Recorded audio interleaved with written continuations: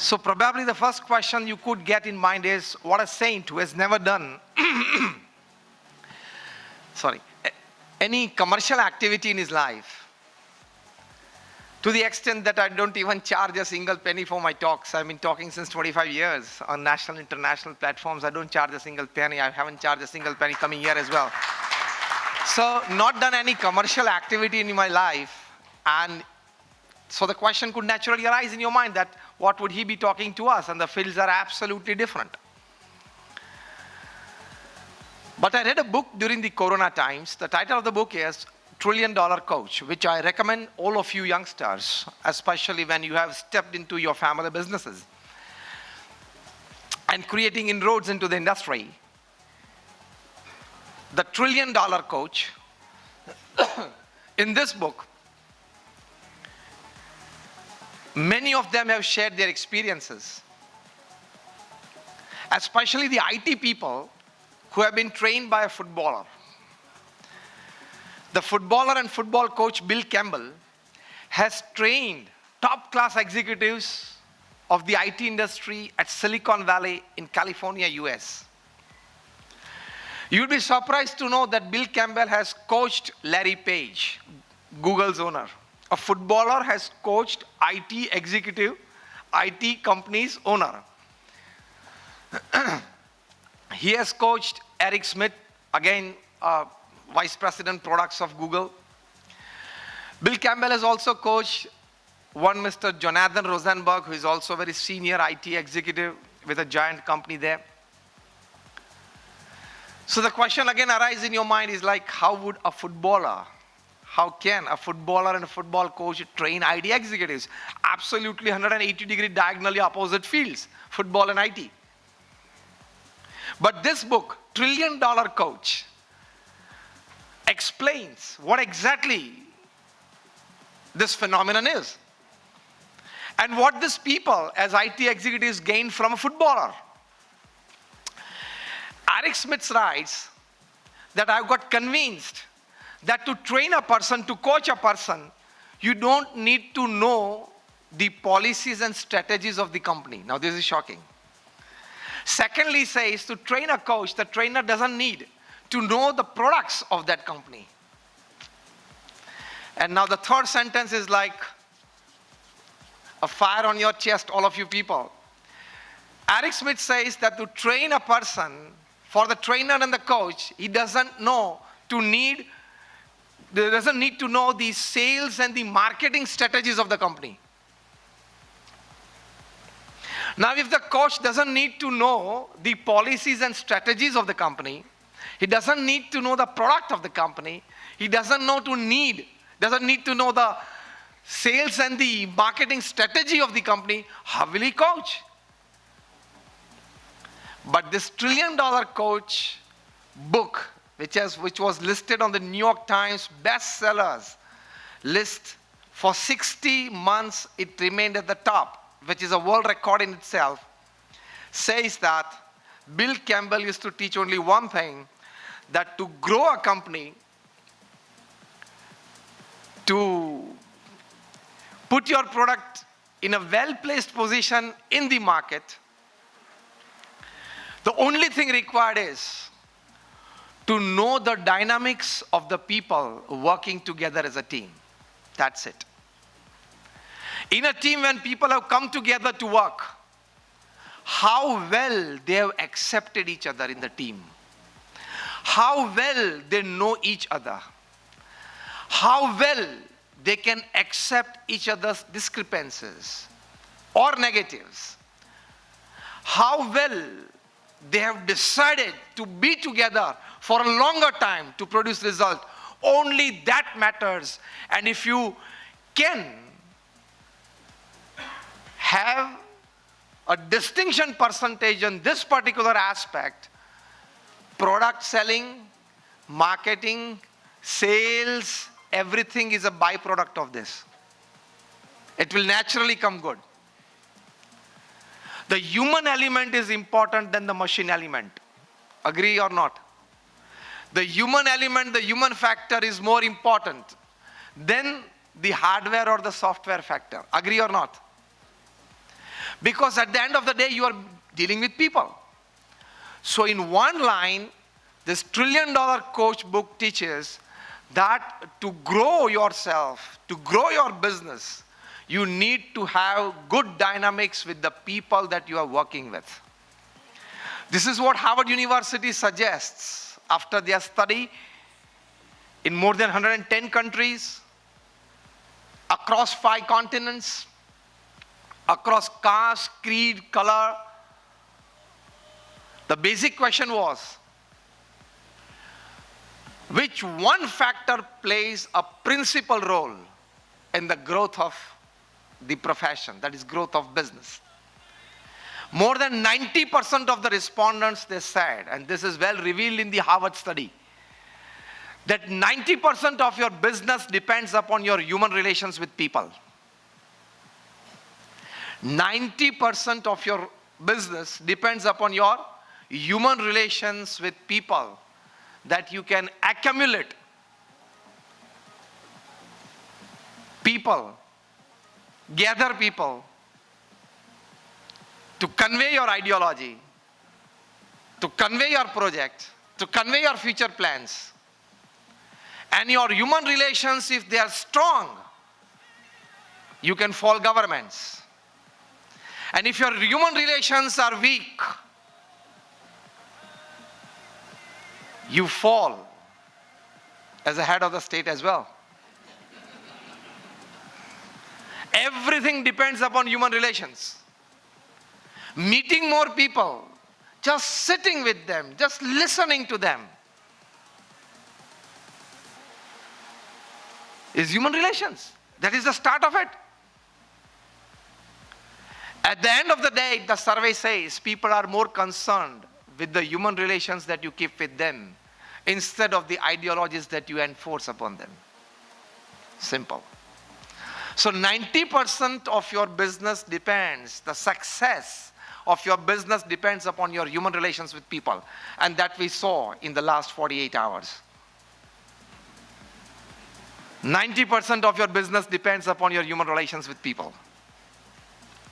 So what I mean to say is, if a footballer can coach IT people, we as saints, we are in the midst of society. I've traveled to more than 30 countries, personally sat with more than 25,000 families across caste, creed, color, religion. And this is perhaps more than my 15,000th talk in the midst of people. So I can well talk to you about positivity in adversity. Because I'm not here to teach you sales and marketing. Sales and marketing मुझे मैं सिखाने के लिए नहीं आया, क्योंकि वो मेरा डोमेन नहीं है. लेकिन सेल्स और मार्केटिंग के फाउंडेशन में जो बात है वो सिखाऊंगा, and that is human relations. People should trust you. You should trust people. People must love you. You must love people. You must find time for people. People should be finding time for you. As simple as that. All sales and marketing depends upon human relations, isn't it? Do you 100% agree with me? Just raise your hands. All sales and marketing depends upon human relations with people. And 90% of your business is dependent upon human relations. That is what Harvard University says. So adjust yourself well in human relations. That is the most important factor. On a fine Sunday morning, I'm just reminded of a story. A gentleman was reading his morning newspaper with a cup of coffee beside him and just relaxing.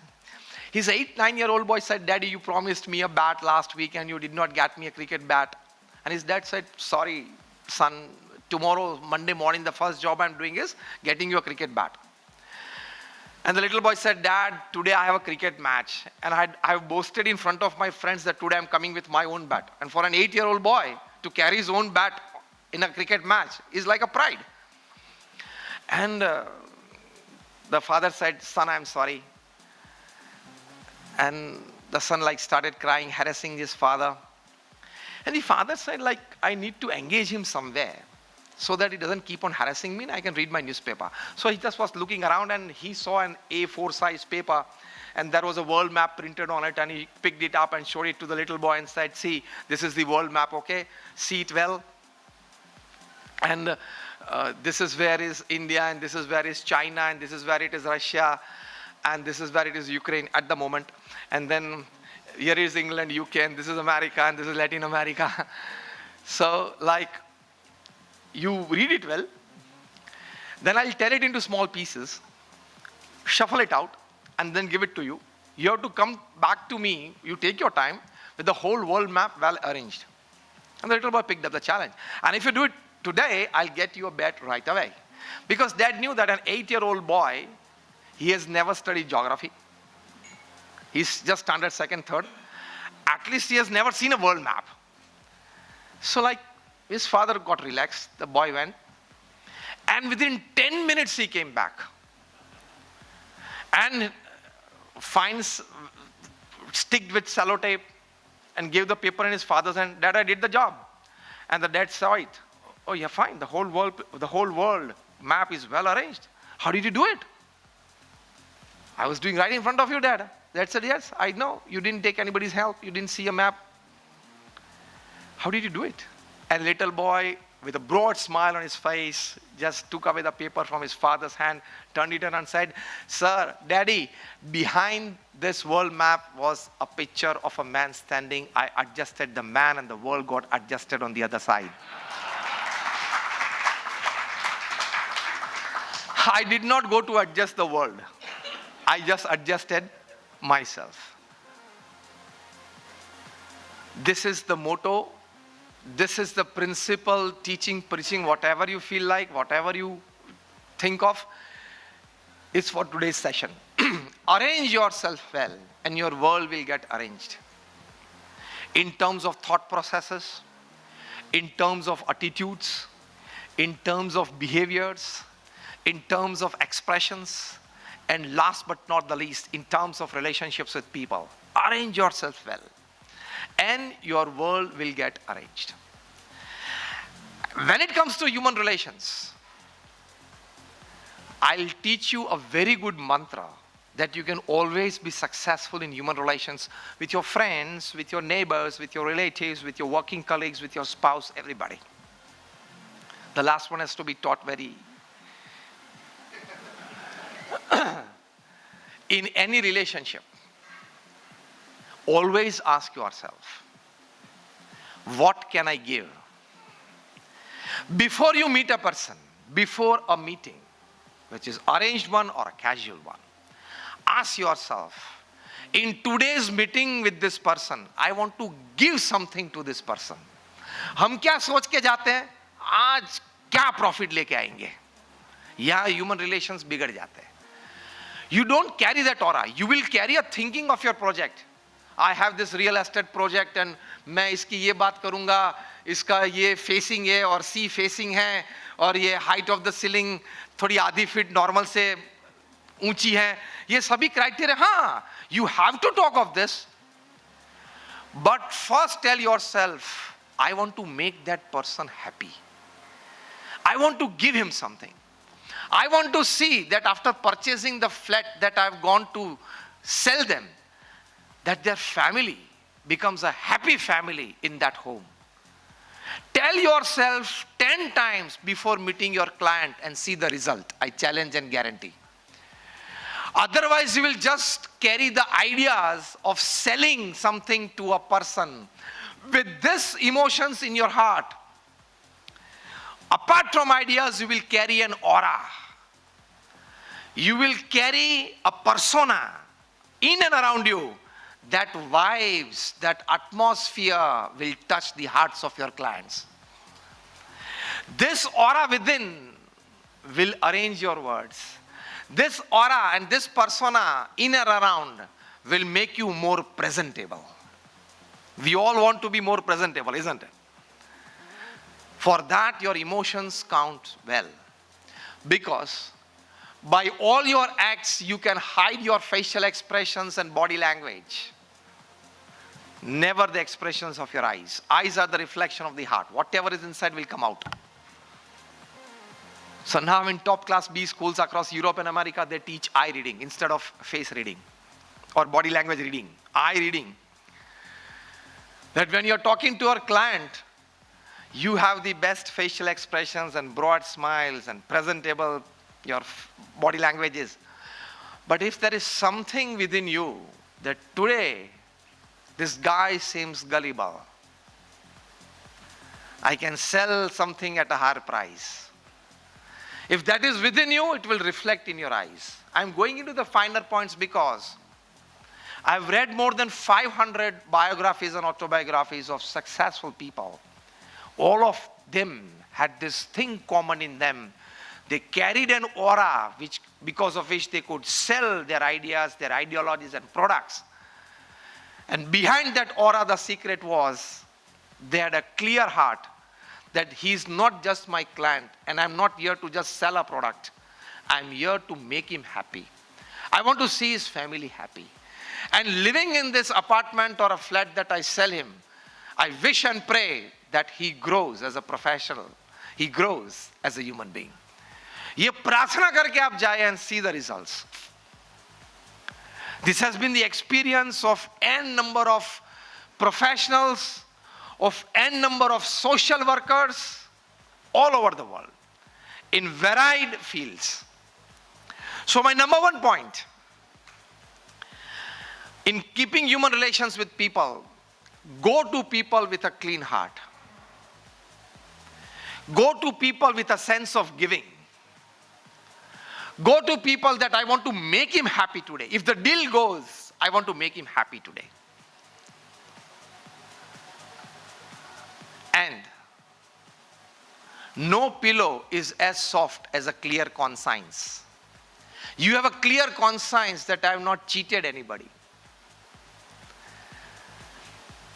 That is the softest pillow to put your head on your bed at night and have a deep sleep. Because ethics play an important role.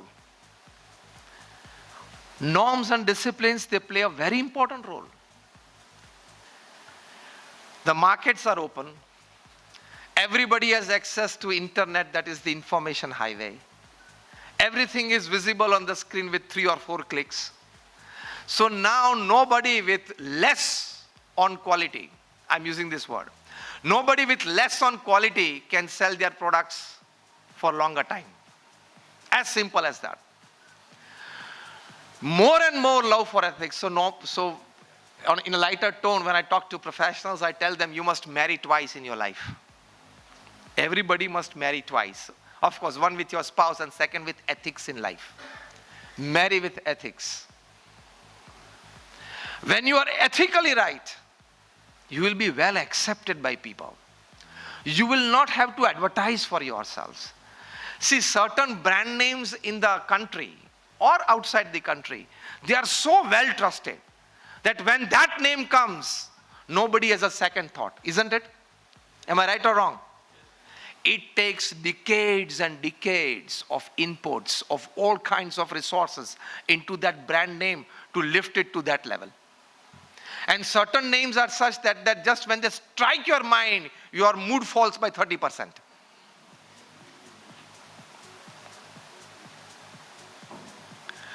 So to build a brand or build a name, you have to build your personal brand first. That is ethics. So my point number 2 when it comes to human relationships is love for ethics.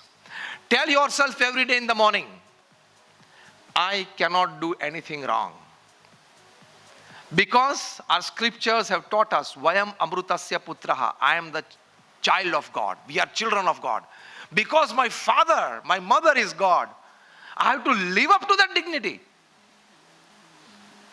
As a human being, I am expected to live up to that dignity. To be ethically right, to be honest.